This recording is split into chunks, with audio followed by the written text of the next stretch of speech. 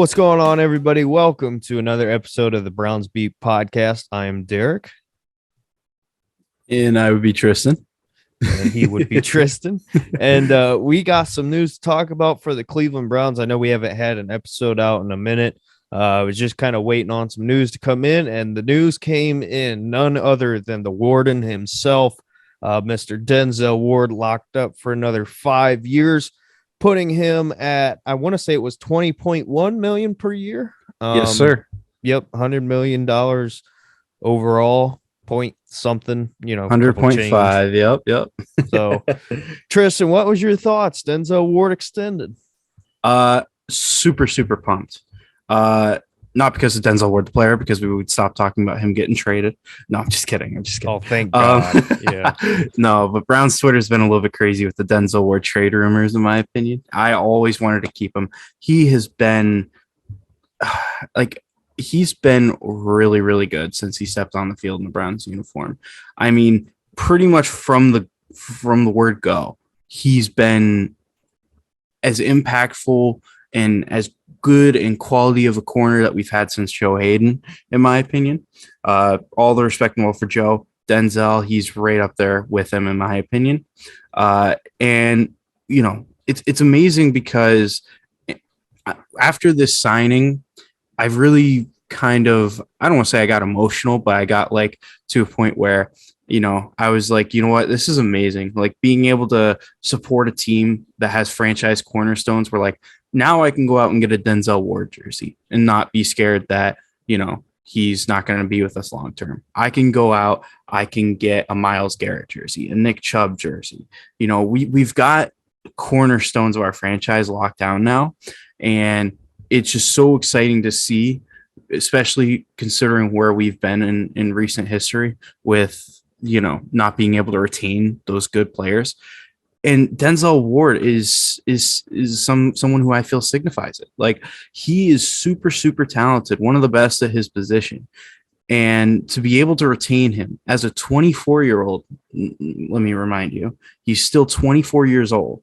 He's younger than some of these cornerbacks coming out of the draft this year. Very few, right? None that are going to get selected high, but still, he's still younger than some of those guys. He's just entering his prime. And I feel like, this was well-deserved money, especially when you consider how, he's still super young. He's got his best football ahead of him. And on top of that, I just feel like his contract's going to age like fine wine. There's people freaking out about the number that we signed him to. Personally, I'm not worried because we've got the guy across from him locked up to a good contract because he's on his rookie deal, Greg Newsome. We've got Troy Hill at that slot position. We've got a bunch of other guys that we can play at that slot position, like AJ Green. There's other guys that can play that role. Even Ronnie Harrison, you can match him up against tight ends, potentially slot role, not really, but he can do it. There's a bunch of different options for that slot role. So essentially we've locked down our secondary, the most important positions of our secondary for at least the next, assuming we give Newsome his fifth-year option, another 4 years. Yep. And I really feel as though, even though he's the highest paid corner right now, I doubt come game one of the regular season, he's still the highest paid corner.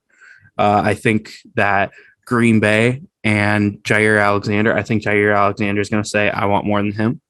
And I just think that it was a great deal for the Browns to be able to lock him down.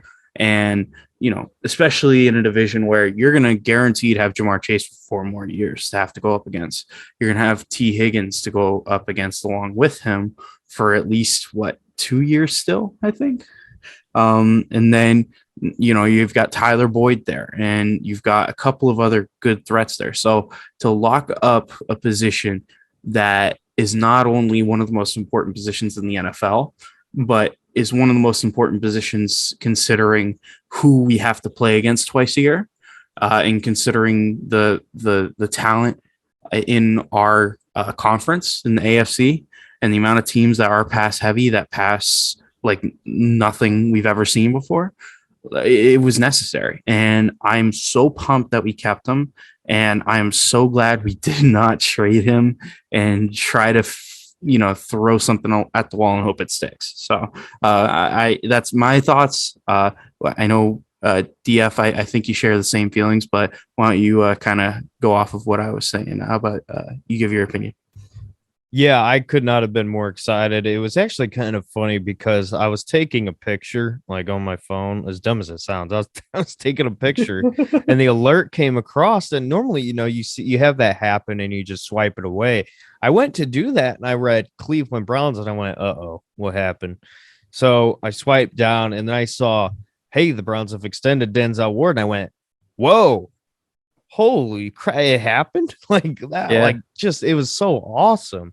And just touching off of what you said, I think, again, on the contract, this is kind of what we've talked about with the other contracts the Browns have.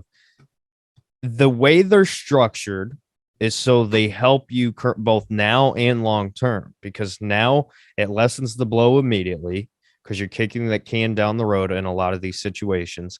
And at the same time, that cap is going to continue to go up, and that will benefit you long term when it comes to these contracts. Now, people don't realize Denzel Ward's here for 6 more years.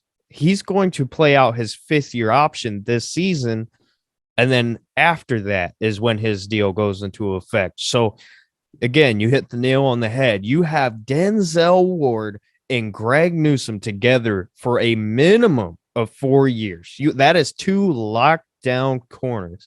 Denzel, in my opinion, is top 5, probably top 3, in my opinion. And I think Greg Newsome, based on what he showed last year, I see no reason why he couldn't be at that level.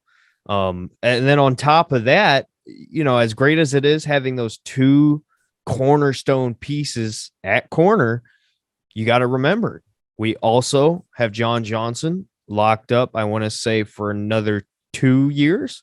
2 or 3, I can't remember. Yeah, 2 or 3. And then we have Grant Delpit, who's still on his rookie contract. So at the end of the day, when you look at it from this perspective, 4 years together minimum on your corners. And then you also have those 2 safeties, I'm going to say, for a minimum of another 2 years. That's incredible. People don't truly understand the value of corner in the NFL. Like Jalen Ramsey, I want to say, tweeted it out, or maybe it was Marlon Humphrey. Like what tweet are you talking about? The one about it being the hardest position outside of quarterback. Oh, I'm not sure. I know Jalen Ramsey tweeted out about the 100 club, and he was waiting for somebody else to get in, and said Denzel deserved it. But I didn't see that other tweet. But I can agree with that. But yeah, go ahead. Yeah, no, I was just saying. I mean, you think about it. If that is the second most important position, which I don't personally agree, I would say that defensive end is. But just enlisting the top 5 most important positions, corner is definitely on there somewhere. Just depends on where you rank it. Just think about it. We have one who's currently right now elite in Denzel Ward, and you got another on a rookie contract in Greg Newsome, who I think, and I love Denzel, and I yes, exactly what you said. From day one in the NFL, he has been locked down. He's improved on a lot of things. He's improved playing zone. He was just really a primarily man corner, but he's continuing to improve. But based on Greg Newsome's game, I would say Newsome right now is a little bit more complete. So the sky is the absolute limit with those 2 right there. Yeah, lockdown on the lake. Yeah, and you were talking about how, like, when you saw that notification, Cleveland Browns, right? I was actually in the car and I was on my way to work, and I look up and I've got my phone on like a little stand.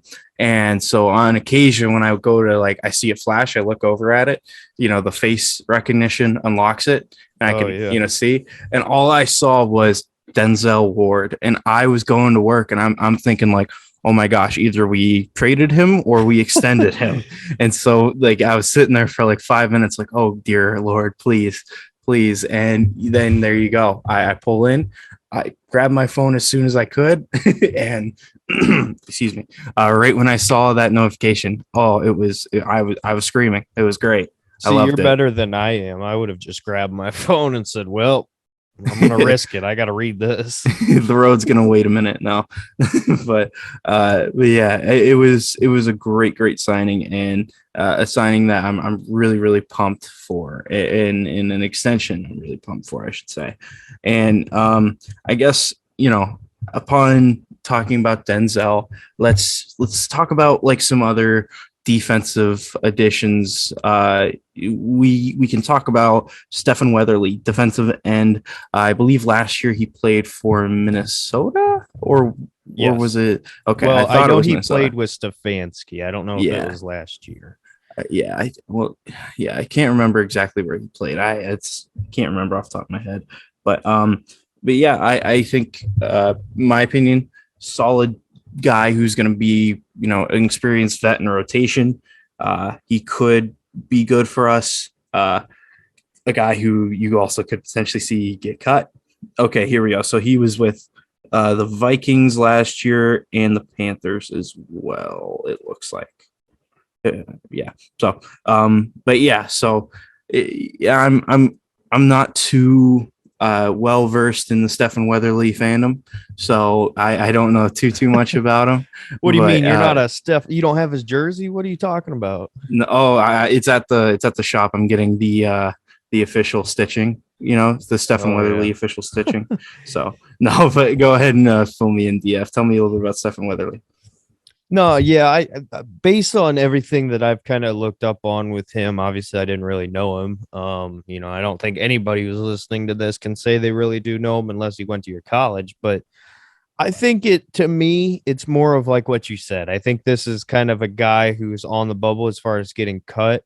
I think, his veteran experience and his time with Kevin Stefanski in Minnesota, I think that's a really good thing to have those relationships, especially Stefanski as a young coach, just having those familiar players.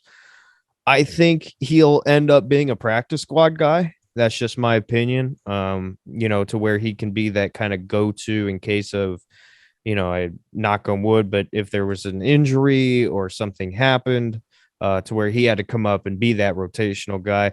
I think it's not a bad idea. I think we overlook these kind of under the radar signings, the fourth, fifth string guys, the practice squad guys. But like I said, having that relationship, being the veteran, I think it was. I'll say this: I don't think it hurts. I think if anything, you just have that more security there. Yeah, absolutely. Good depth piece. And talking about some more depth along that defensive line, a player that we do know a little bit more about, Mr. Sheldon Day. He's Yes, re-signing with sir. Cleveland. And I know, at least from my personal experience of watching Sheldon Day, he's just reliable. You can he has his role. He's not gonna come in and be a starter, right? He's gonna be a rotational guy. But when he's in there, he's going to do his job, and he's going to do an all right job. So for me, the best part is safety and D tackle are kind of the same for me in a similar way, where it's like, if I don't notice you messing something up badly, you're doing a good job. So, Yeah. but that's just me. So, what are your thoughts on Sheldon Day coming back to the Browns? Yeah, it's nice having a familiar player, that we've and it's kind of the same thing with Denzel. It's like just keeping guys, around who, can be reliable. Obviously, Sheldon Day and Denzel Ward aren't in the same conversation, but I like it a lot. I mean, I agree with you. He's reliable. We know that. He's come in situations and actually played pretty well last year at times. Mm-hmm. I hope he's not a starter. But as far as where we sit today, he would be. It would probably be him and Togiai, or him Taven and Bryan. him and Taven Bryant, one of the two.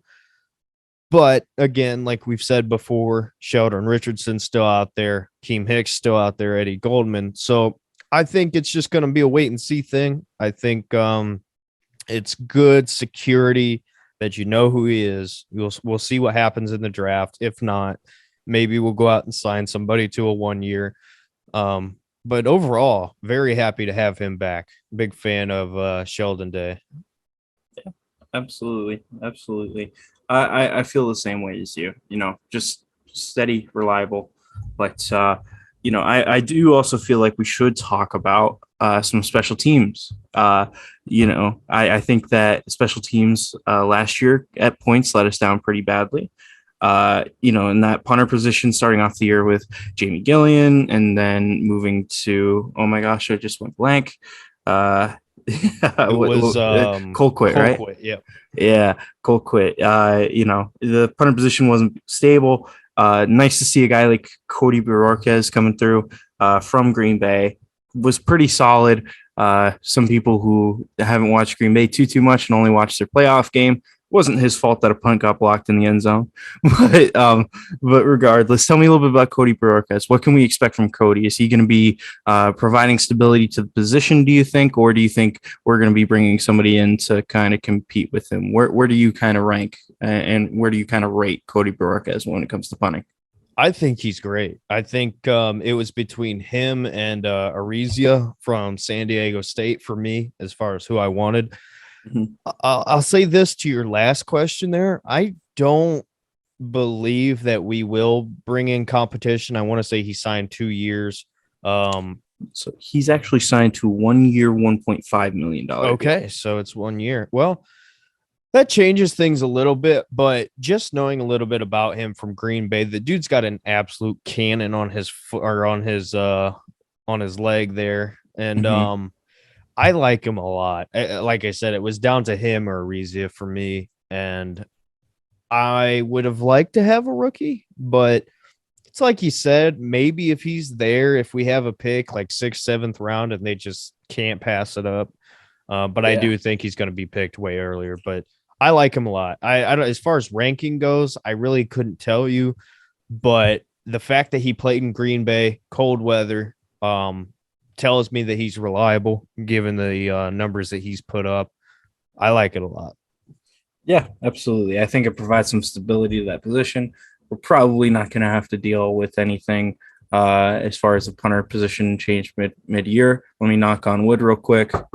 All right, but Yeah, we don't have to worry about him trying to run the ball and then throw a pass after he drops it instead of kicking it again. I still have flashbacks to that moment whenever we talk about punters. I Oh, I just remember actually before that snap came, I just remembered saying to myself like, I got a feeling something bad's gonna happen here. Right before that snap happened. well, it uh, did. and I love Jamie. He's a great guy, great character. I really hope he finds his footing somewhere, but Yeah. unfortunately it didn't work out here. But going to another special teams move that was not as well received. The Browns re-signing Chase Mclaughlin, kicker, who at the very beginning of last year was solid, was steady. People really thought that he was going to be the guy, and then the cold weather came, the windy season came, and he found it a lot harder to nail those kicks that were looking pretty routine for him earlier in the year. So it was a 1 year, $965,000 deal. So nothing too long term, nothing where we're too attached to him. But all in all, I guess what would you say is your thoughts about Chase McLaughlin returning? So yeah, just kind of along the lines of what you were talking about there. I thought Chase early on was fantastic. Like you said, it looked like we finally had a reliable kicker who we didn't really have to worry about. That was great. But, obviously things took a turn. I'll say this, I was disappointed because my initial thought was, okay, well, we don't value kicker then. And I know that kind of sounds crazy, but I figured maybe they would wait it out, draft somebody or see who becomes available like as a undrafted free agent kicker and then bring in competition. But after the fact, just kind of thinking about things now, I do think that it's a competition thing. And I think back to what we've kind of been talking about here, I think it's just being familiar with somebody, knowing what he can do and has done, even if it didn't last. Just having that security. Shout out to Cozy here. I'll go ahead and throw him this line. I hope we do draft Cade York the GOAT, as he says. I think that if we did that, that would be our long-term kicker. If we draft Dicker the kicker, I might have to punch a hole in through my TV. I'm going to be honest with you. But again, I think it's just competition at this point. But we'll see. Maybe he's the starter. Yeah, I'll only accept Dicker as the pick at kicker if we also have Blewett on the practice squad. Anyways, so a couple of other things I just want to wrap up. A couple of other really, really super small deals that I think were worth the mention. Guys that we pretty much just brought back. We've got Jamarcus Bradley, Michael Dunn, and Blake Hance. Couple of guys who have been with the team for a little while now. Jamarcus Bradley, I guess starting off with him, somebody who a lot of you might not know too well. However, if you remember that Jets game, I believe it was last season, not this past season, but the season before, where there was that Jets, the Jets game where we had all of our receivers out with COVID. I thought Jamarcus Bradley in that game, I felt he played to the point where I felt he deserved a roster spot myself. I thought he looked amazing in that game, but I digress. he's minimal signing there. Michael Dunn, we've seen him step in and play a good role for us before. I thought at times last year when he had to step in, and actually times over the previous 2 seasons where he had to step in, he's looked pretty darn good. And then Blake Hance, the guy named Blake. Ever since he's kind of signed with us, he's been solid. I think he's steady. He provides depth at an important position. He's versatile as well. So I guess there's not a whole lot for me to say. But what would you say, Derek? Like, what were your thoughts on those 3 guys? Okay, so Jamarcus Bradley, just kind of touching on what you said, I always thought he stepped up in the moments he needed to. That's what I love about him. I think he's always been a very, very underrated guy on our roster in terms of like the unsung heroes of the team. I like having him back, especially, again, just getting back to the theme of this podcast, I guess, having that security. You're familiar with this guy. Like I said, he stepped up. I think he is reliable, even if it is as a 5th receiver or, even further down if somebody gets injured. I like having Jamarcus Bradley. Michael Dunn, we haven't really seen a whole lot from, but just what I have seen from him, I think he does have potential. It's almost like, well, I should say it's really not like him, but almost like with Austin Corbett, where we kind of gave up on him. I know he was obviously a pretty high draft pick, 2nd round. And obviously he's a starter now. I think Michael Dunn could almost follow that same path, where he could really turn into being a solid guard in the NFL. I really do like him. I know we haven't seen a whole lot of him, and hopefully we won't have to see him at all. But again, security. I like having a guy like that. And Bill Callahan. Bill Callahan can turn a guy who sucks into a guy that's decent, and that's an important thing to have. On Blake Hance, I love Blake Hance. I'm so happy that Blake Hance has come back because, to me, I know there was a lot of people who was very, very critical of him. Just my opinion. Blake Hance is almost the perfect swing player. He's kind of that new Chris Hubbard for us. To where he can play tackle, he can play guard. And even sometimes I want to say we switched him from right to left. Like, that is not easy. Like, I played offensive line at times. It ain't easy to just go, hey, I'm a left tackle. I'm a right guard. I'm a right tackle. I'm a left guard. Like, his ability to do that, sure, you could say, oh, well, he sucked at times. Well, sure, anybody can suck at times. I love bringing him back because I can rely on him. That's just my opinion. Yeah, absolutely. I don't think I could have said it any better. I just think that the day he got here, he was thrown into the fire and he stepped up. And it feels like every time, while he hasn't been the best offensive lineman for us, he hasn't, been the number 1 guy. Whenever he stepped in, he's been at least NFL caliber to the point where, like, he's showing he deserves to be here.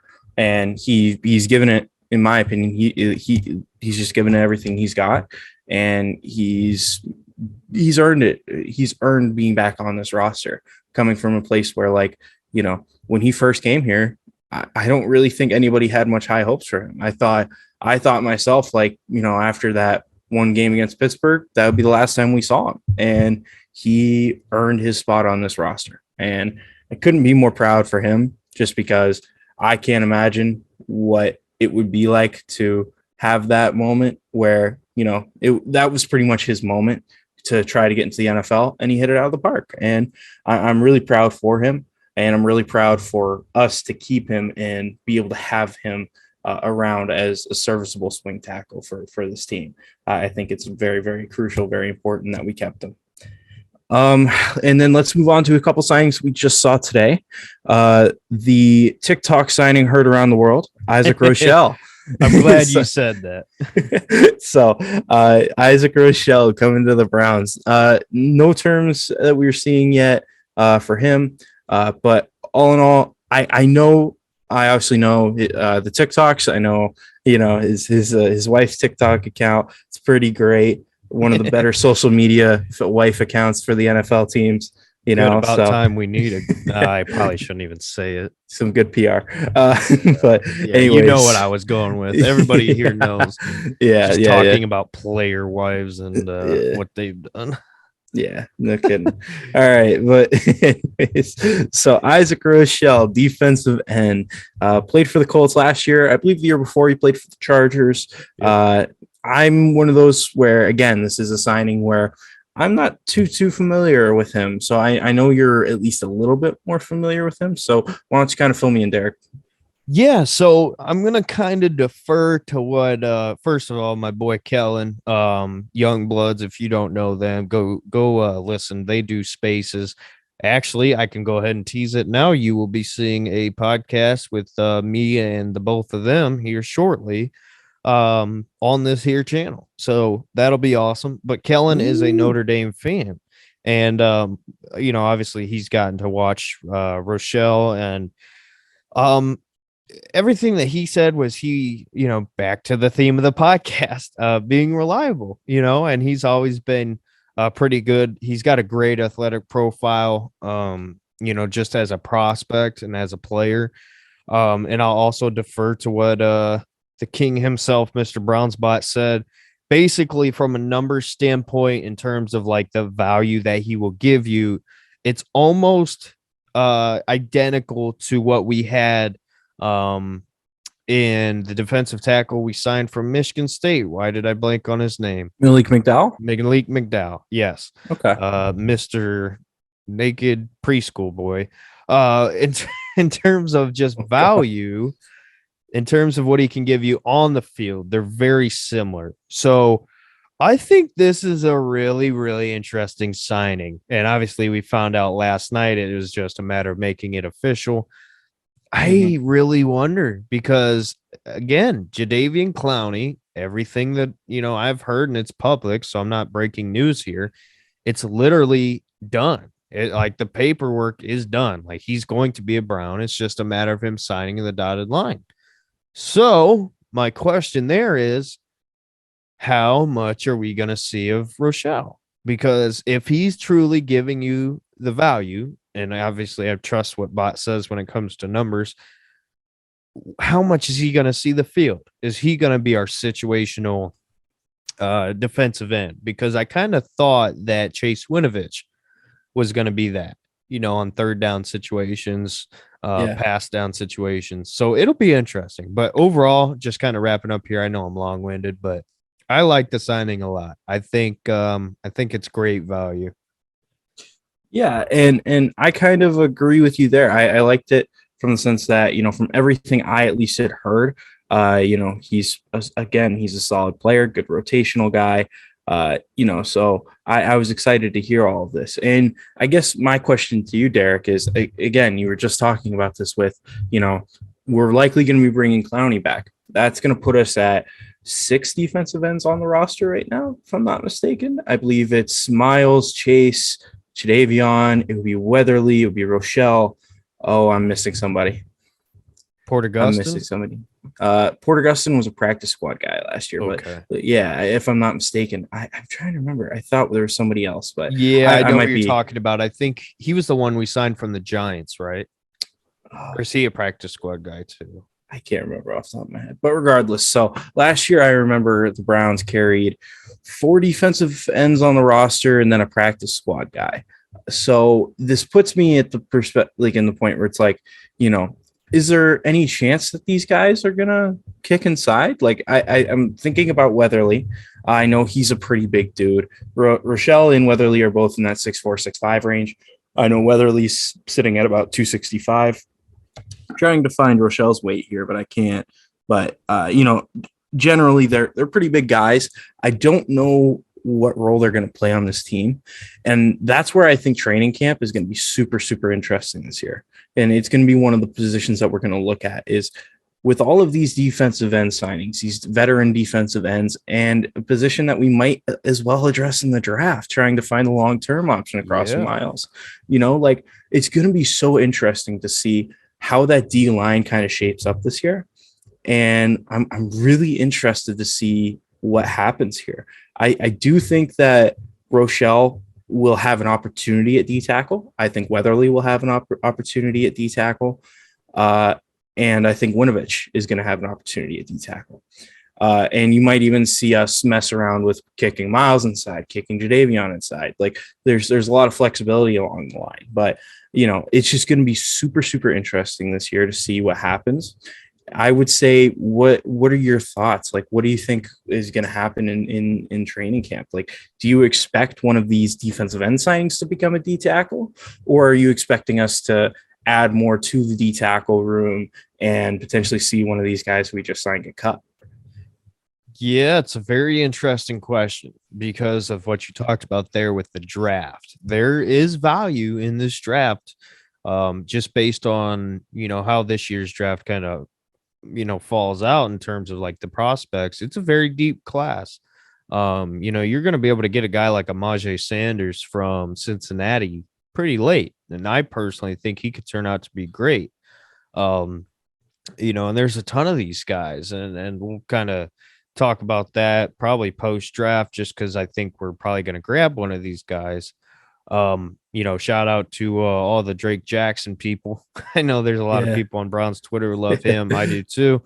But I do think we're going to draft one at some point. I just don't know when. But like you said, there's only so many spots. So, I mean, I think I really do wonder if they're going to have Chase Winovich listed as a linebacker. I wonder if they're going to throw him in the linebacker room. That way they have that extra spot at defensive end. And I agree with you. I mean, we saw Clowney kick in and play inside. We've seen Miles do it. But I think those 4, or maybe not. Yeah, those 4. I think that Miles and Clowney obviously make the team. I think that Rochelle makes the team. Winovich will make the team.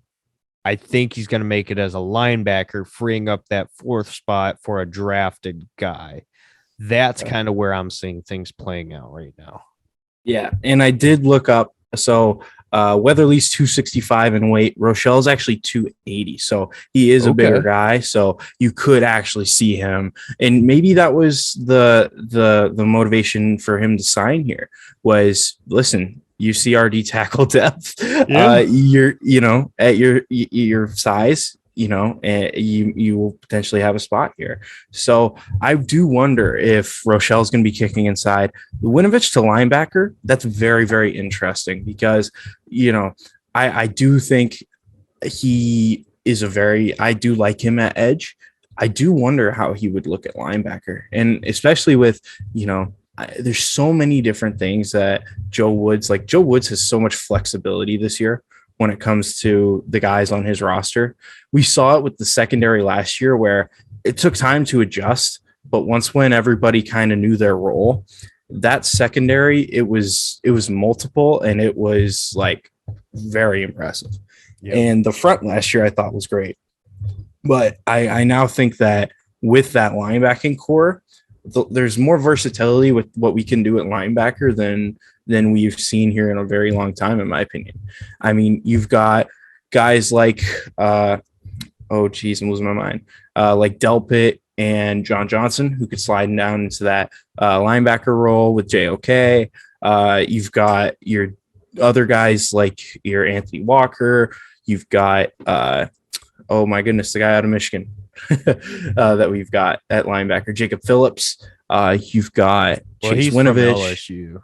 Oh, he's from LSU. My apologies. Yeah. No, you're good. It's the purple and gold. They're similar. So I'm like, who do we have from Michigan other than DPJ? Yeah, no, I apologize there. No, So I'm gonna have Michigan fans killing me on Twitter. No, I'm kidding. Hey, but if Jacob Phillips actually did go to Michigan, they'd finally have a good linebacker. oh, now they're gonna be going after your DF. I don't care. You just okay. Well, yeah. So it's it's not true. Winovich was good. Devin Yeah. Bush was good, Mm. even though Winovich played end. But whatever.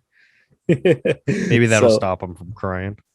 Yeah, no kidding, right? But yeah, it's going to be an interesting camp this year, and I am hoping and praying I can get into to one of these camp days because there's going to be a lot of battles along that D line. I'm going to be excited to see how Deshaun Watson looks in this new offense with Amari Cooper.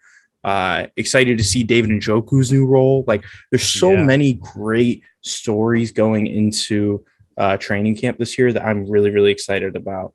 And then also, I guess while we're on the topic, we should pretty much talk about the other guy that was signed today, Javon Wims, wide receiver. I believe he comes from the Bears. Again, another player who, from everything I've heard, is going to be fighting for a spot on the roster. It's going to be playing for a rotational role, a depth role.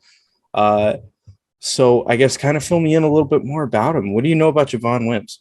Well, I wish I could fill you in, but I really don't know anything about him, to be honest with you. But just based on what you said, I think you're right. I think it's a camp guy who was fighting for a spot. And I hate to be the bearer of bad news, but I don't think he's going to make the roster unless he just comes out and lights it up. Which, hey, I mean, it's possible.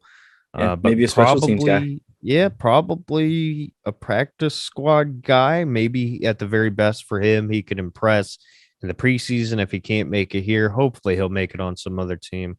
Obviously, want anybody who comes in this building to succeed. So, Absolutely. But, yeah, we'll see.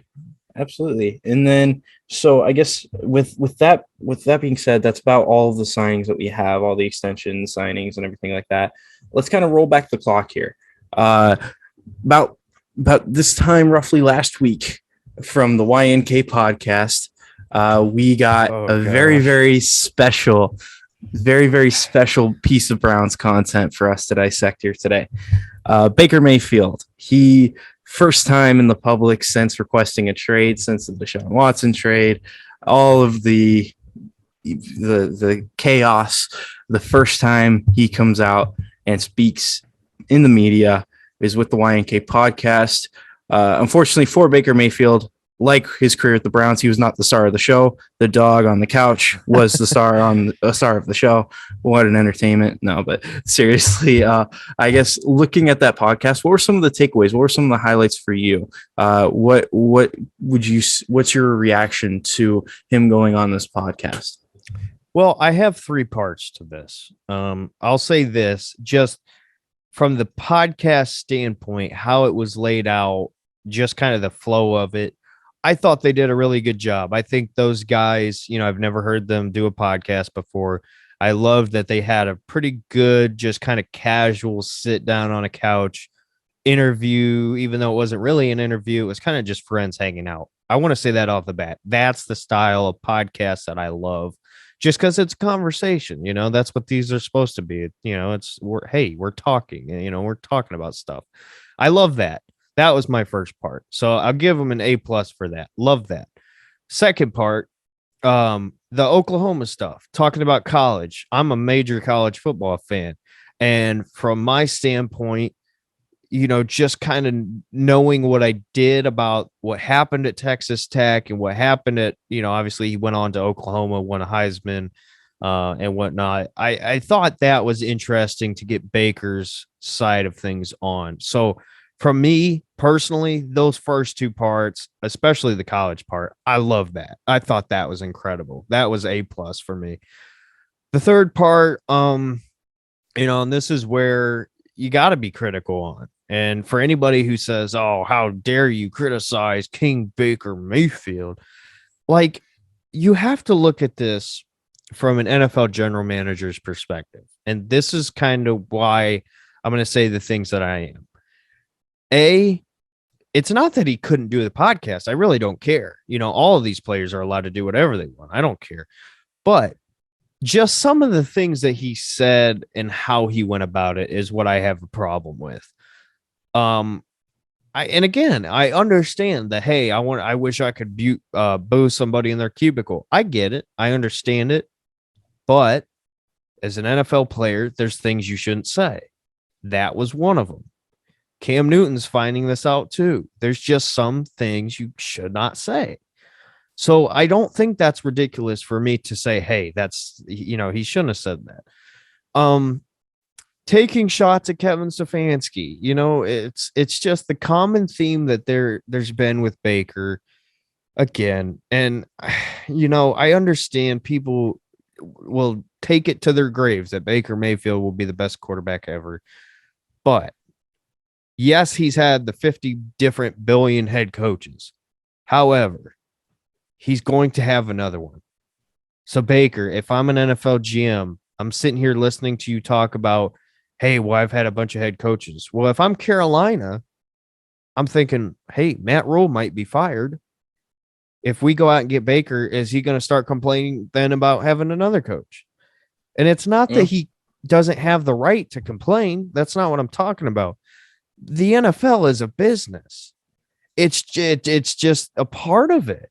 Like, you're getting paid to deal with that stuff. There's guys who bounce around teams. Like, my biggest problem, I guess I should say, is Baker Mayfield as a player has all the talent in the world. I think if you had Case Keenum's brain and Baker Mayfield's body, he'd be a fantastic quarterback.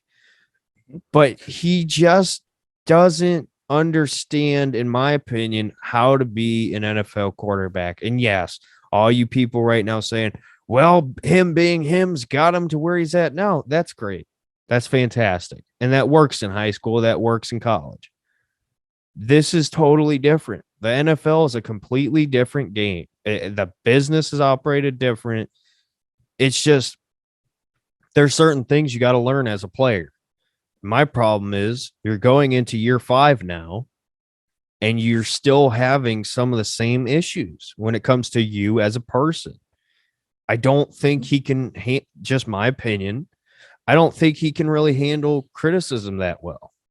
And I think that's just some of the signs that we've seen here. So again, and I know, because I've been attacked about this, and it's ridiculous. It's absolutely ridiculous that there's people out here who are so dedicated to, King Baker Mayfield, take your hands off of him because you're holding him back. Like, dude, no, you got to understand. Baker Mayfield, sure, he's not to blame for everything. I get it. He's not to blame for everything. But if you think that he doesn't share a part of the blame here, you are literally brainwashed. Like, you are in a cult and you don't even know it. So yeah, I guess that's kind of my thoughts. It's just more of just understanding what you should and should not do. Baker's not the only one who has this problem, but it is a problem. And you just got to accept that. Yeah, absolutely. And, to kind of hit on the very first thing you said about, being worried of offending the Baker lovers. I don't think this is the podcast for them, but regardless. So I'm going to be quite blunt here. Baker Mayfield, I did love the very first part of the podcast where they were just kind of talking about stuff. It was great. Where I very first got roped into understanding Baker Mayfield, the human, was when he talks about when he was leaving Texas Tech. And the quote was somewhere along the lines of, people thought I left because Pat Mahomes was coming, and it wasn't that. Like, I don't think that's necessary to say that. I think that's him just trying to say, oh, I'm not scared of Pat Mahomes. I'm better than him, right? Which is, again, a sign of, for me, if I'm dissecting this, if I was an NFL GM, that's something I look at and go, like, why is that important to say? It wasn't relevant to the conversation at all, and he felt the need to bring it up. Moving on, the 4 different head coaches in 4 years, right? I get it. The organization when we first got here was not stable whatsoever. However, your last 2 years, you were with a guy who won Coach of the Year, a guy who has been the best head coach that the Browns have seen in a very, very long time. And you pretty much gave him no credit at all. You put him in the same group as the other guys. And essentially, he was the only reason why you stuck around here for a 4th year. Because after years, like year 1, you showed promise. Year 2, you sucked. Year 3, Kevin came in, made the offense easy for you. And even though you struggled weeks 1 through 6, whatever it was, you ended off the season good. And so for me, it's so disrespectful to kind of group him in with them and talk about how the organization as a whole was dysfunctional and how they couldn't get it right at that spot, at the coaching spot, when you had an amazing head coach that 3rd year. And last year, you sucked. So, being quite blunt here, when it comes to Baker Mayfield, like just cry me a river, dude. I do not care. Like, he talks about how he wishes that he could boo fans like at their cubicles. That to me, just like, that's so disrespectful. It's like these fans who in Cleveland, right, in the Midwest, you're not talking about people that are making millions of dollars a year. You're talking about people that are making anywhere from $50,000 to $80,000 a year, and that's the people who are fortunate enough to be able to afford Browns tickets. There are still people that can't, that still support the team, right? Yeah. And they are taking the minimal amount of money that they make and investing it into you. And you're sitting there making $18 million a year, upset that they booed you because you sucked. Because you suck, dude. You suck. And it's so disrespectful that he felt that it was okay for him to even think that way, to him to think like, how dare they boo me? You suck, dude. You sucked last year. And I'm sorry, but like, if he had 3 amazing seasons and then had his injury and tried to fight through it and all of that, I don't think we'd be in this situation. I don't think we'd be having this conversation. But the matter of the fact is half of his time here, he has sucked. A fourth of his time here, he's been really good. A fourth of his time, he's been above average. Yep. Right. So it's like you did not play well enough to deserve the roses of all of this. Like, Russell Wilson last year, he sat out because of his finger injury. And that was because he knew he couldn't play well enough, but he still got the roses because he brought a Super Bowl to Seattle. And, on top of that, you want to talk about how last year you struggled. Look at Lamar Jackson. I mean, he kept his team 8-3, even though they had the most injuries across the NFL. Even before the season began, he lost both of his starting running backs. He lost at one point. He lost both of his starting corners. Actually, all 4 of their starting corners. They lost so many players. And up until Lamar himself got hurt, they were in a position where they were going to win the division. And so when you sit here and you say that you were dealt a bad hand, Lamar Jackson last year was dealt an even worse hand. And he was the franchise quarterback that Baltimore needed. And if it weren't for him going down, they would have been in the playoffs. They would have gotten above Joe Burrow and the Bengals, and they would have won the division. And so for him to have this arrogance as though he's deservedly deserved it, when another guy in this division has won an MVP and was dealt an even worse hand and didn't say a word, like it's just so like he's so far gone mentally, where I don't think that he's fixable, in my opinion. I think I genuinely think that who he is mentally, unless if he changes his mindset, he's not going to be that guy. that we thought he would be. And it blows my mind that you can play that poorly. And in an hour and a half interview talking about, in about half an hour of that time where you were talking about the organization throwing them under the bus, talking about the fans throwing them under the bus, you didn't once mention that you played like crap. Like, and for him to then call out and say, like, true Cleveland Browns fans know how good I am. That was my and know who I am, and they're the ones that are backing me. Like, bullshit. No, true Cleveland Browns fans are rooting for Deshaun Watson now, because they are the ones that are coming back and they're saying, you know what, Deshaun Watson's the better quarterback, and you know what, is when we're talking about strictly football, he's going to help this team win, and he's going to be the guy that is going to potentially win us a Super Bowl. Baker Mayfield, the way he's been playing, no, he's not. No, he's not. You've been better than what we've had in a very long time. I'll give you credit for that. But he gets way too much credit when it comes to this turnaround. This turnaround is big part because of the work John Dorsey did with bringing in some key pieces, and large part because of Andrew Berry for adding around those key pieces. And so, it's just, he gets way too much credit for our turnaround, because how long has it, like, over the 20 years that we've sucked since we've came back from existence, when has the team outside of the quarterback position ever been this talented? Like, answer that for me, Derek. Like, when has it ever been this talented outside of the QB position? Well, before I do that, do you have anything else? Because I have some other thoughts I want to add, and I don't know how long I'll go with it. So do you have anything else? Yeah, just that, I wish him the best. He gave me the best Browns moment of my life, which I'm thankful for. I'm thankful for everything he's done for this team. But, like, for him to come out and say those things, he lost all my respect. I could care less where his career goes from here. As far as, like, with him starting, very talented player, but it's clear you did not appreciate what Cleveland did. You don't know who the true Cleveland Browns fans are, even though you've been here for 4 years.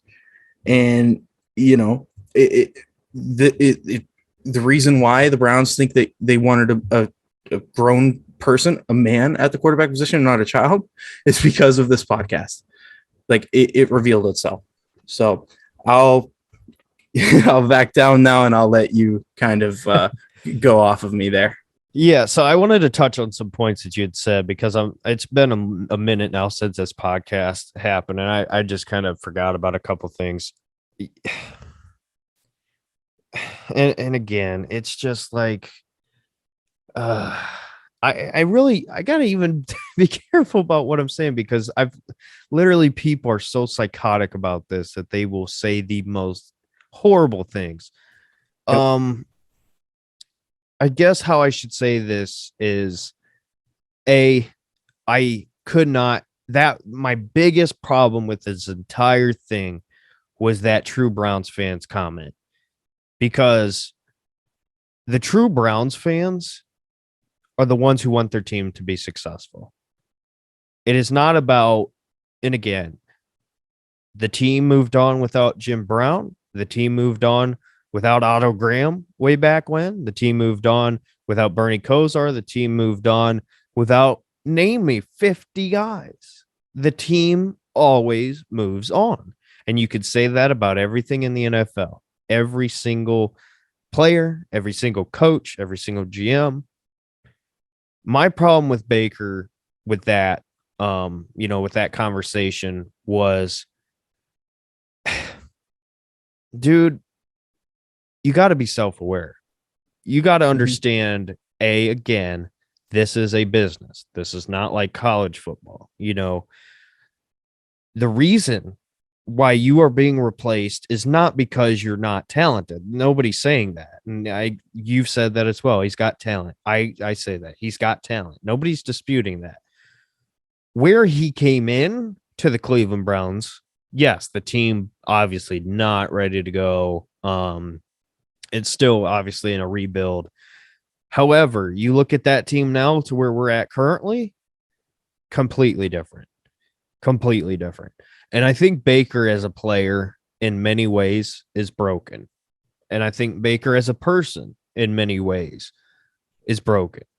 I think the way he came into the NFL, that guy that just, would sling it, that guy who didn't really care what people thought of him and was just out to prove people wrong. I don't know that guy is still there anymore. I don't. I have to ask that question. I really don't know. And sure, you could sit there and scream and blame the Browns and blame everything on everybody else but him. But this idea that he is not to blame for anything blows my mind. I just don't get it. You look at what the Browns have done as an organization for Baker Mayfield. They've literally gone out, completely rebuilt the offensive line after it was terrible. And sure, the OBJ thing didn't work out, and it's sad and it's unfortunate. And I do blame Odell Beckham Jr. for a good portion of it. So don't think I'm just blaming Baker for that.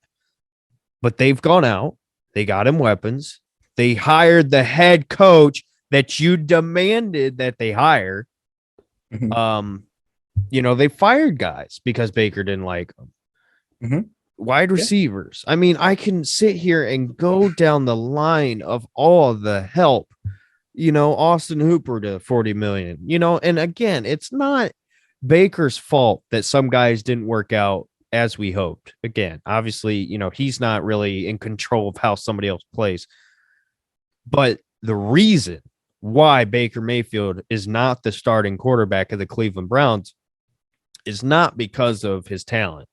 If this were a team, let's say with a roster like we had in 2019, where, we've got guys who are still looking positive, but we're not really ready to go all the way yet. I know we thought we were in 2019, but obviously we weren't. If that roster was still similar, he would still be here. That's just my opinion. Yeah. But we're literally built to win now. And no, I'm not sitting here saying we're guaranteed a Super Bowl. I've never said that. And none of us have. I've literally heard no Browns fan guarantee us going to the Super Bowl. However, yes, you look at the AFC right now. It is stacked. It is loaded. There's a reason why Denver goes out and gets Russell Wilson. There's a reason why Cleveland went out and got Deshaun Watson. It's because you look at the teams, you look at where you're at, and you look at the competition, and you have to look at yourself and say, am I willing to sit here and be comfortable with a guy who we know has limitations when there's other opportunities? And Andrew Berry, at the end of the day, said, no, I can't do it.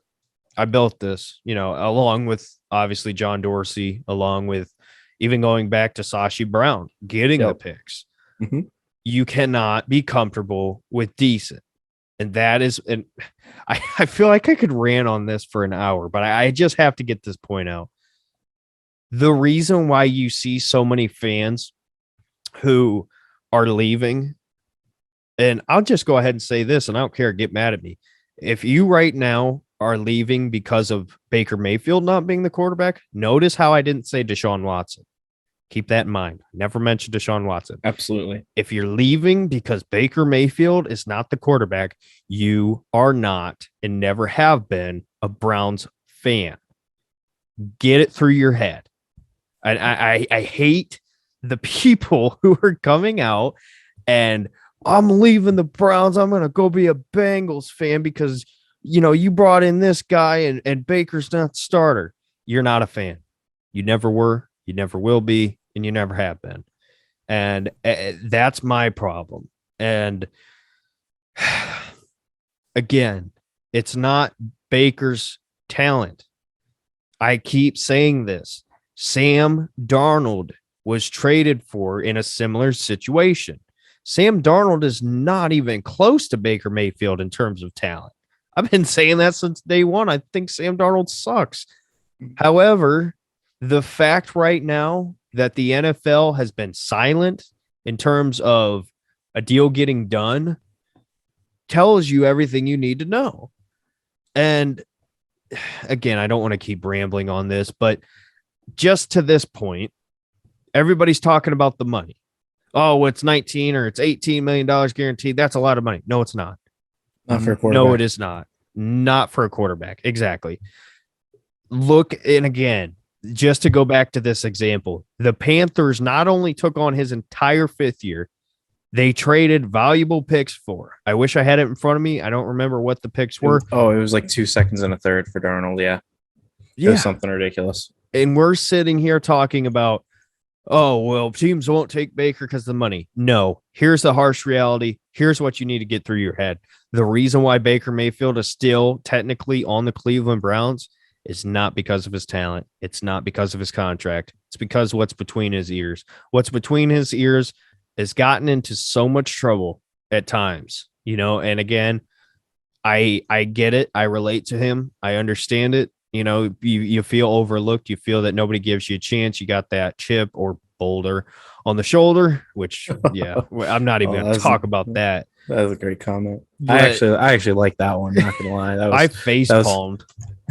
I literally went. Oh. I liked it because of the alliteration. I'm a sucker for rhymes. So, well, yeah, I get that, but I don't know. I think the important thing, just kind of concluding on this, Baker Mayfield is really responsible at the end of the day for his own actions.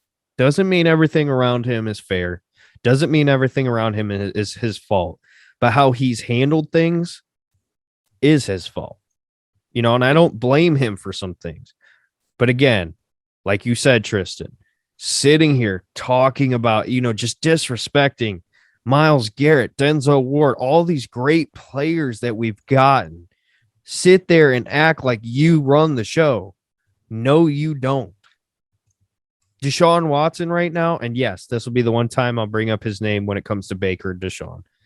Deshaun Watson right now is literally drooling over this roster because he's not had anything remotely close to this to work with.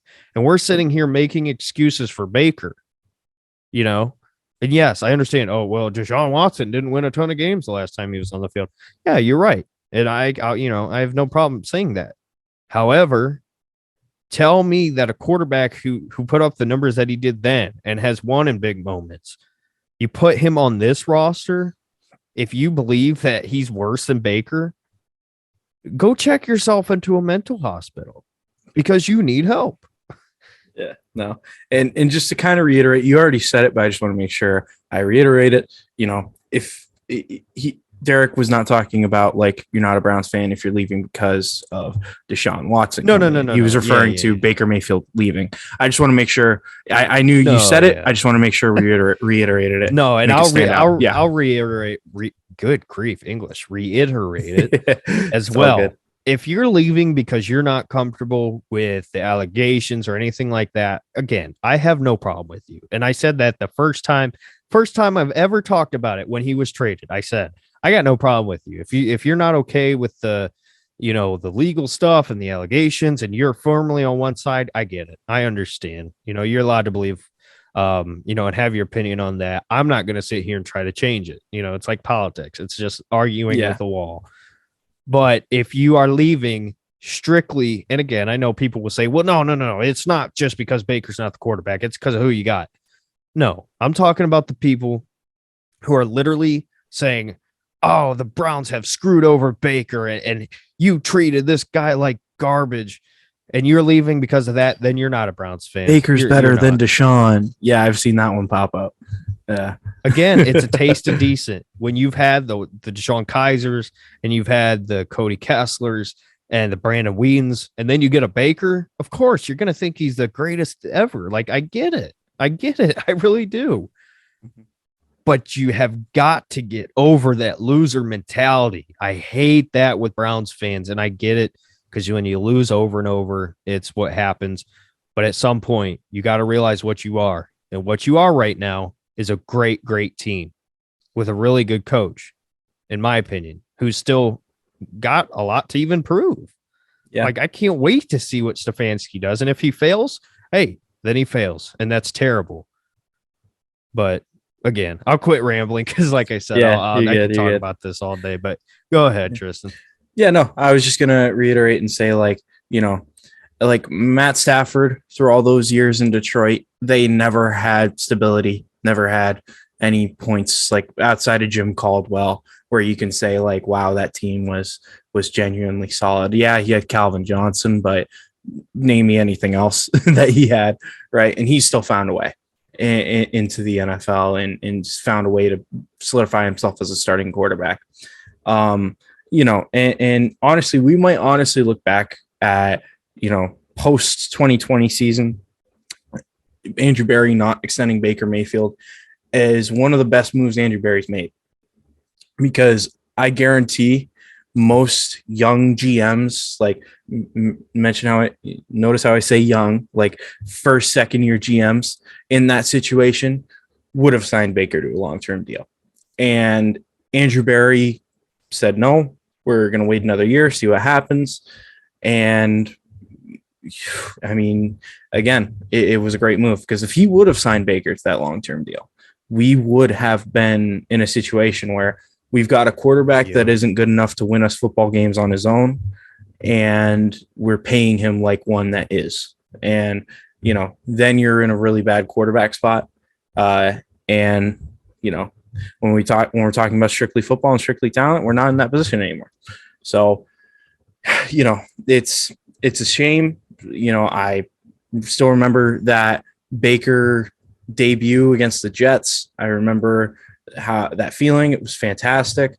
But I agree with you, Derek. Like, we've got to get over as an organization, and you see the national media saying the same thing. Like, oh yeah, Baker Mayfield has every right to feel disrespected. He took that organization from nothing to something, right?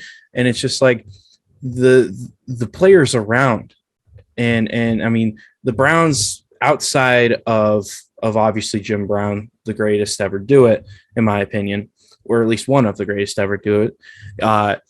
Outside of him, Nick Chubb has been the best guy we've ever had at that position. Yep. With Myles Garrett, outside of Clay Matthews, like since him, I would say nobody else. We haven't had anybody else that's been good at that position.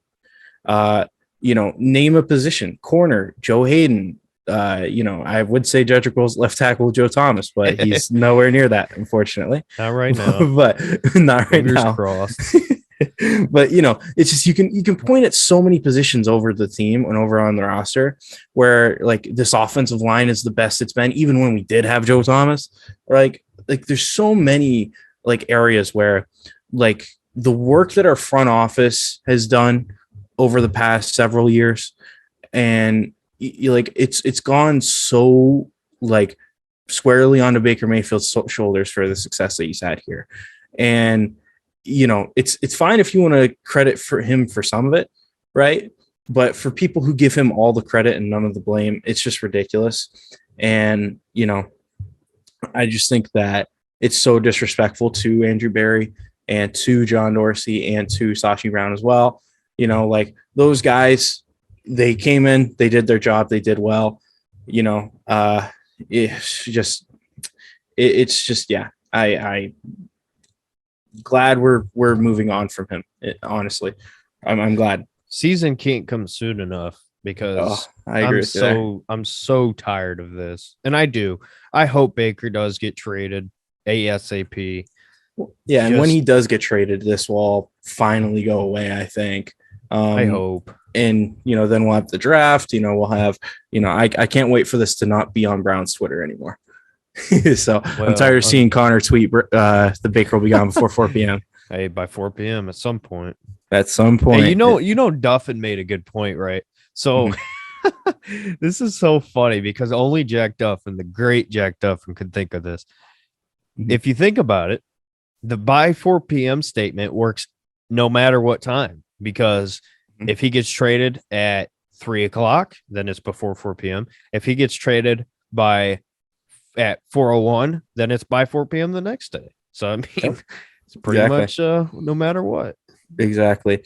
And for those of you who don't know, Jack Duffin, he's he works for Orange and Brown Report OBR. He's a great follow on Twitter to learn Brown's cap space. He's absolutely fantastic. Give him a follow on Twitter. I don't know his handle. Oh, he would be fantastic. I would love to talk to him. If we could pull that off, I would love to. And because he is the man to talk to if you want to know Brown's cap space.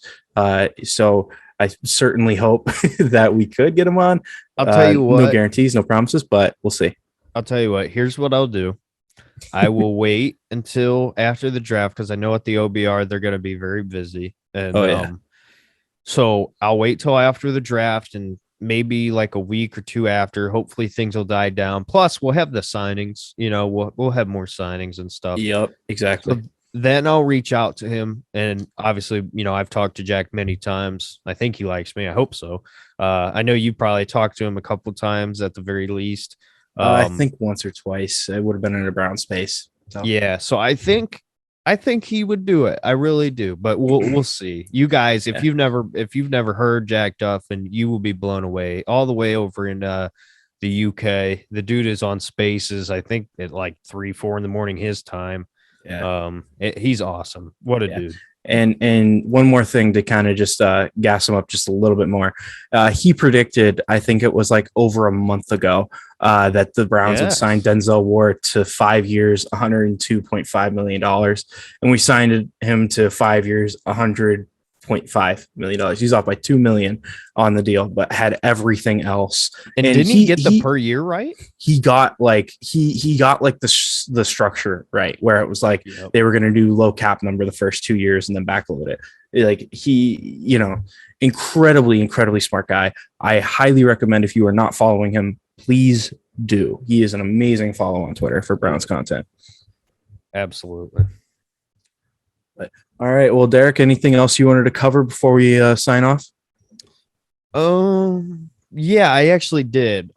Just because, hopefully we'll be able to squeeze one in before the draft, but just because both of our schedules are crazy, I wanted to talk about this report about us and looking to trade up if George Pickens or Treylon Burks falls possibly into the first round.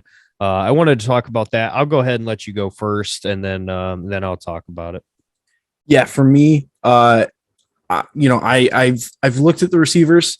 Treylon Burks, I don't know as much about, but George Pickens for me has it all. He is somebody who I really feel would pretty much step into the NFL. And I don't think he'd have a Jamar Chase-like effect, but he would be a really, really good receiver from the jump. I love his analytics. I love everything around him as a prospect. Everything I've seen of him, I've liked. I can't speak on Treylon Burks too much. I just know that there's a lot of people that are very high on him as well. I will say this, though. I will be a little bit upset if we trade away 44 to trade up, and we don't supplement for another second round pick, just because I think that there's going to be a couple of defensive tackles that go in the second round.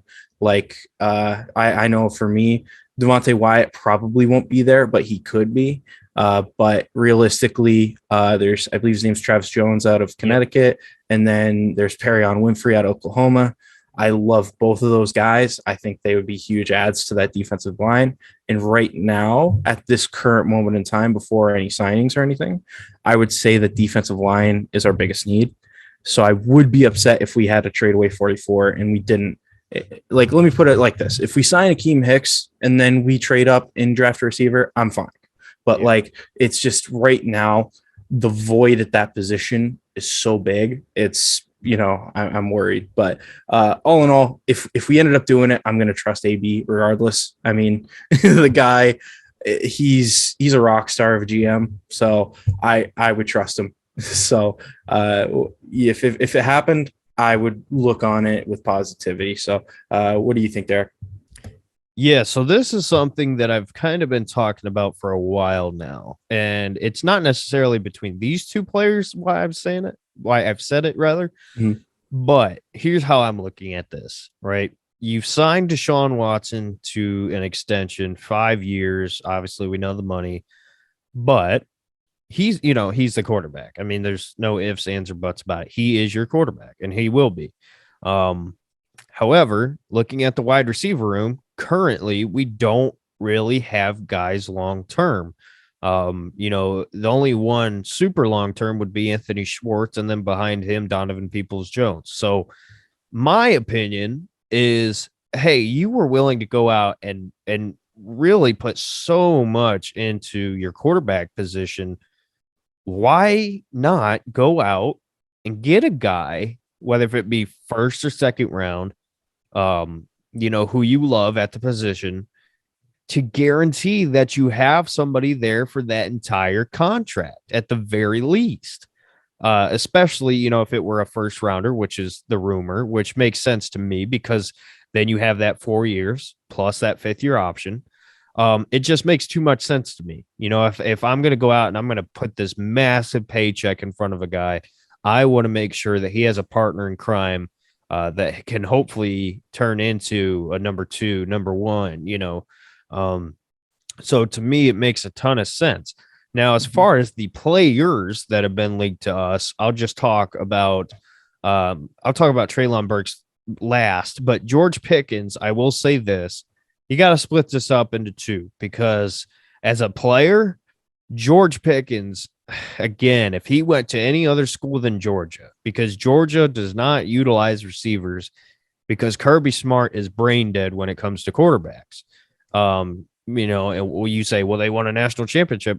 Yeah, that's great. They won it because of their defense, and obviously Stetson Bennett came up in big time moments and made the plays. But go ahead. What were you going to say? Oh, I was just agreeing with you. Yeah. You're right. Yeah.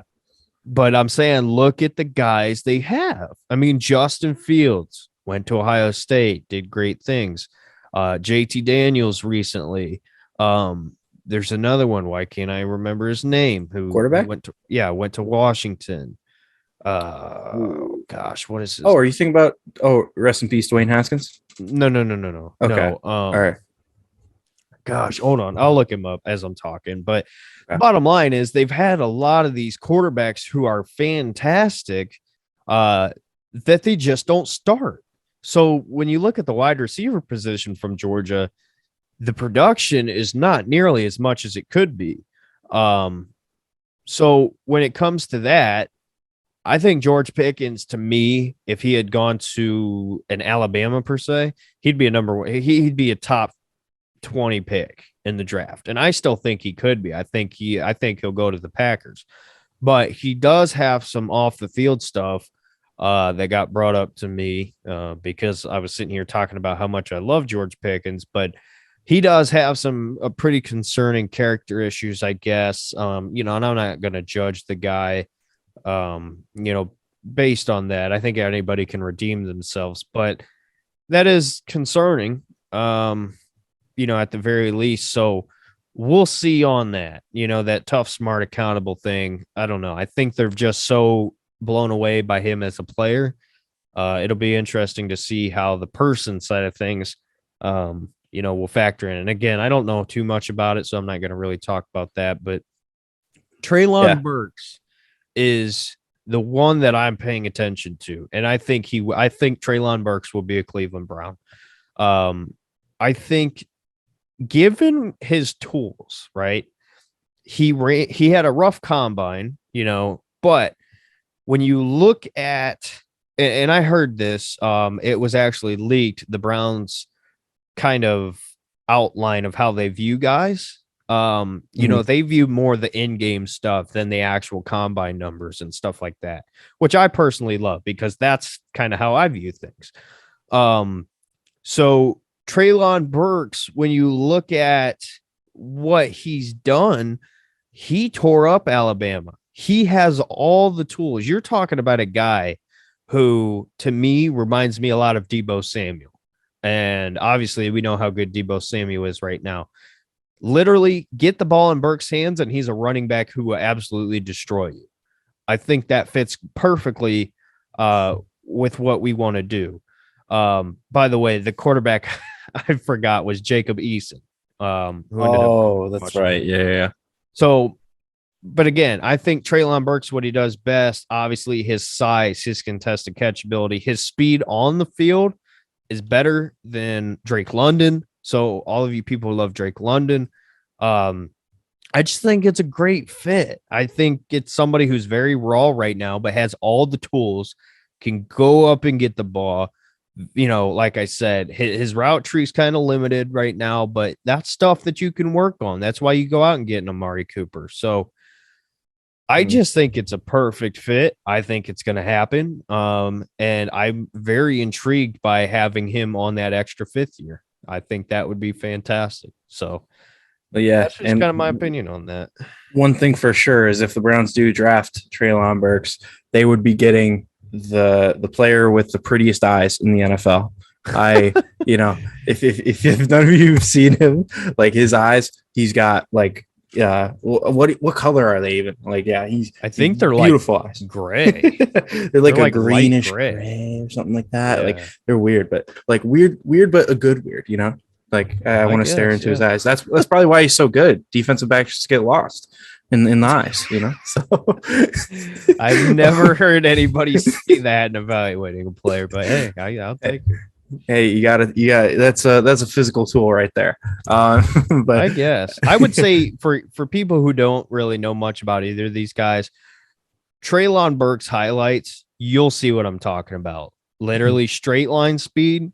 He's great in contested catches, and then also a lot of the kind of gadget guy stuff. Just get the ball in his hands and let him run. He, like I said, Deebo Samuel. And then the George Pickens highlights, you'll look at them and be like, holy crap, how's this guy not guaranteed first round? Well, it's like I said, you know, the thing about the highlights is it puts all your great stuff together, but he wasn't really utilized much, so there's not a ton. So yeah. And you know, I know you're gonna hate me for saying this, but a move that I personally would like is if he's available in the fourth round, Justin Ross. I know. Hate you for saying that. No, I love Justin Ross. Okay, I know there's a big section of Browns Twitter that is so against Justin Ross, but personally, I personally would at the fourth round position. That's where you can really take your big swings on like guys you're definitely not sure about, like high boom bust guys. I would love to get Justin Ross in the building. I think he's got all the raw tools. He's got all the measurables you want. He's had, you know, some elite level production at Clemson. I would love to see what he can do in the NFL.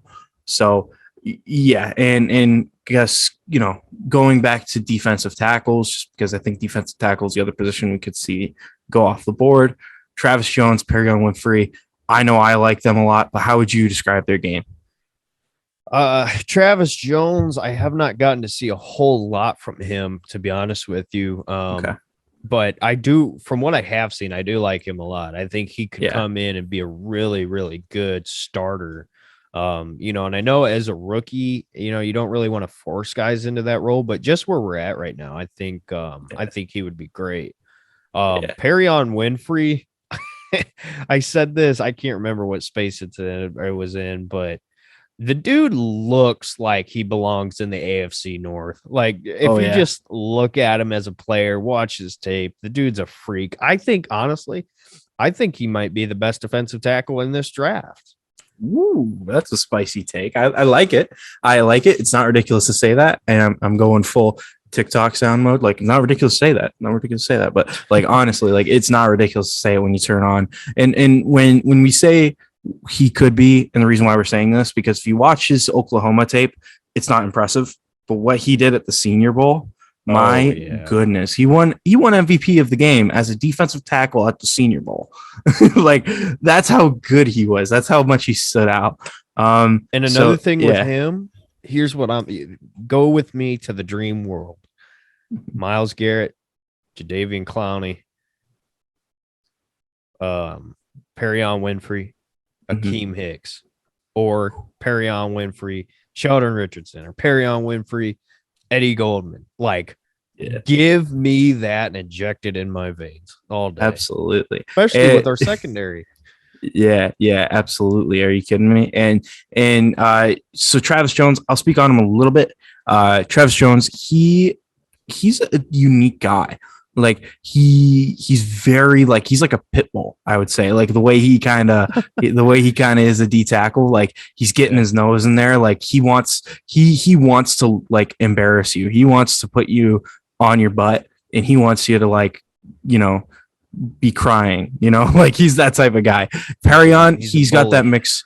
Yeah. Perion's got that the combination of size and strength and speed where it's like I feel like he's personally the guy I would go with at that position. However, Travis Jones, he's a better run defender, so I would understand if we went. There's a ton of guys, Logan Hall, and there's even guys down the line. You're talking like 5th, 6th rounders that could be potential steals. It's a very, very deep defensive tackle class. That's part of my reasoning why I think receiver will definitely be the first pick. But yeah, and I could see it. Yeah, so I just think, man, it's been. So it's we haven't had security at that position like ever. So it would be nice to lock somebody down long term. So but yeah, any closing thoughts for me? Do you have anything else you wanted to talk about today? I would just go ahead and say, if you missed it, we did do an interview with Cleveland Browns legend and icon Eric Metcalf. If you missed it, it is on Cozy's Twitter. You're going to have to scroll down and find it, but it was recorded. Unfortunately, there was some background noise, so you just have to, unfortunately, put up with that for a little bit. But it was a great interview. I cannot believe, I woke up this morning thinking, holy crap, like, I just talked to Eric Metcalf. Like, who the heck am I that I, got to talk, you know what I mean? But yeah, absolutely. If you enjoy his perspective, I thought it went great. Other than, and I'll just say this because this is my channel and I don't care. I was so disappointed in myself because I asked him, my first question was about Anthony Schwartz. And I was like, so, we picked him in the 3rd round. We know he's got the speed. He's still raw as a player, but you obviously were a fantastic return guy, player all around. We know the 2 touchdowns you had in the Steelers game, that iconic moment. But what do you see in his game as, a player overall? And then also, in the kick return, do you think he can develop and kind of see how, the vision side of things plays out? Like, that's kind of what I asked him. That's not word for word, but yeah, along those lines. I forgot. I literally meant to say, hey, even though we signed Jakeem Grant, that's what I meant to say at first, but I didn't say it. And then he comes in, he goes, well, he's not going to return kicks anyway because we got Jakeem Grant. And I was like, oh my gosh, now Eric Metcalf thinks I'm a casual. Like, are you kidding me? But I redeemed myself. The second question was better, but yeah, if you ever wanted him to get on this podcast, you just blew it, man. No. Trust me, just talking to him once is probably the highlight. Actually, no, that's not true. He I know you didn't get to listen to the entire thing. He said he wants to come on again. Like, he literally said, I can't wait to come on the next time. So it's awesome. That's awesome. And I'm so excited. I know this isn't Browns After Dark. This is the Browns Beat podcast, but just promoting it. It's all Browns stuff. Oh yeah. It's Browns stuff that we all enjoy and love. So right now, I just go ahead and get a shout out to JK. He's literally told us he can hook us. I probably shouldn't say that, but I will say this. You can edit it out. Eric Metcalf won't be the first. And we might get to talk to some pretty incredible Browns legends, possibly current players. I mean, I'm so excited. I don't know what I've done in my life to be able to have this opportunity, but here I am. Yeah, absolutely. But you got anything else? No, just I'm really excited for the draft. It's 6 days away. We're recording this on the 20th. If I'm not mistaken, it's 6 days. Is it? I can't remember Thursday. When the draft is. First round is Thursday. Okay. Well, we're not going to be paying attention Thursday, unless if Well, I am the very end. Yeah, you will be. I'm not sure if I will be. I'm going to be going there from pick 1 and going, come on, Andrew. Yeah. Trade up. Come on. Like, I don't think Aiden Hutchinson is going to be too far out of this range. No, like we can get him. No, but all right. With that being said, DF, you want to take us out? Yeah, everybody, thank you for watching. If you're listening to the end, be sure to drop us a comment. Let us know what you think. Help us out with the algorithm there, and give us a like as well. Really do appreciate it. I'll say this. We've been doing pretty good numbers on this podcast, and I've been blown away Sometimes when you start a new podcast, it's hard to build, but we built a pretty good solid base here to grow from. And thank you, Tristan, for doing this with me. It's always fun. But everybody, thank you for the support. Thank you for watching. And again, like I said, let us know what you think, and we will see you in the next one. Hopefully it's a pre-draft special. If not, you'll get a post-draft special. So thank you, everybody, and we'll see you in the next one. Bye-bye. Hey, guys, take it easy. Bye.